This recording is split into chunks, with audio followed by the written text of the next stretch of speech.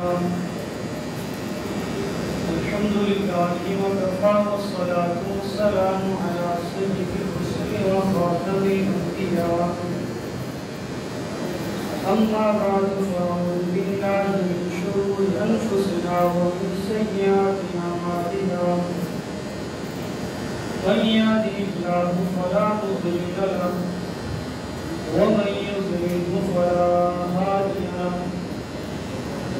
ونشهد أن لا إله إلا الله وحده لا شريك له وأشهد أن سيدنا ومولانا محمد وبارك وسلم عليه. محترم ومحترم سامعین، اساتذہ کرام، مہمانان گرامی، آج ملک پاکستان کی تاریخ کا ایک اہم دن ہے۔ آج ہی کے دن مسلمانوں کو آزادی ملی تھی۔ آج ہی کے دن اللہ رب العزت نے پاکستان کے لوگوں کو آزادی کی نعمت سے نوازا تھا۔ اسی لحاظ سے جگہ بجگہ ملک پاکستان کی سلامتی، ملک پاکستان کے بقا اور مرتبہ کے لیے دعائیں کی جا رہی ہیں۔ اللہ کے سامنے سر وجسجود ہوا جا رہا ہے۔ یہ اللہ کی بہت بڑی نعمت ہے۔ انشاءاللہ العزیز آنے والے مہمانان گرامی اس پر مفصل گفتگو فرمائیں گے۔ آج کی تقریب بھی اسی سلسلے کی ایک کڑی ہے، جو اس مسجد کے زیر انتظام مدرسہ جامعہ عثمانیہ ان کے طلباء کی طرف سے اس تقریب کو سجایا گیا ہے۔ اس تقریب کا باقاعدہ آغاز تلاوت قرآن پاک سے کرنے کے لیے میں دعوت دوں گا استاد محترم حضرت مولانا محمد شوکت علی اعوان صاحب دامت برکاتہ العالیہ سے کہ وہ اس محفل کا تلاوت قرآن سے ابتدا فرمائیں۔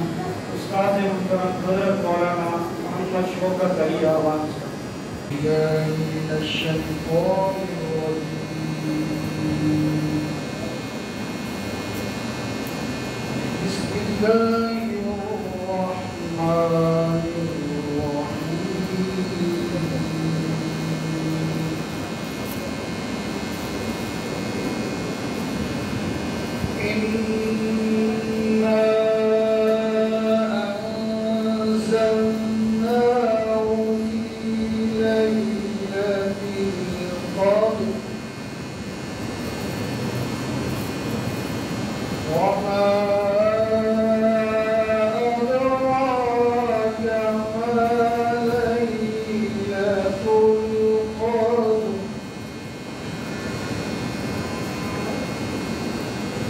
ليلة القدر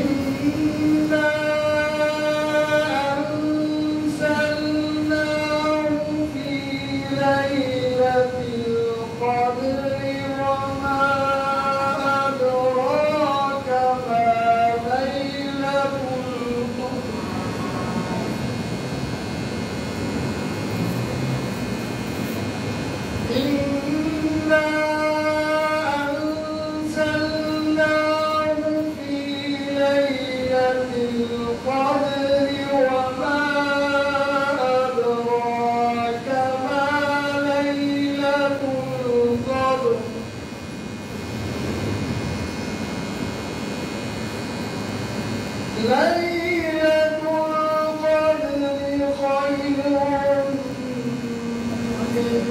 ألف شهر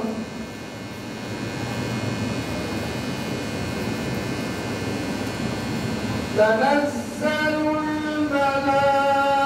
الملائكة والروح فيها بإذن ربهم من كل أمر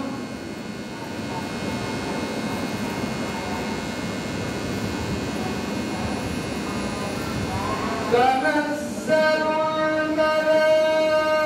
الملائكة والروح فيها بإذن ربهم من كل أمر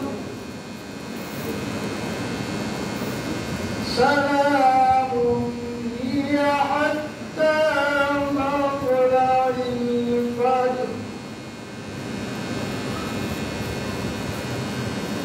تنزل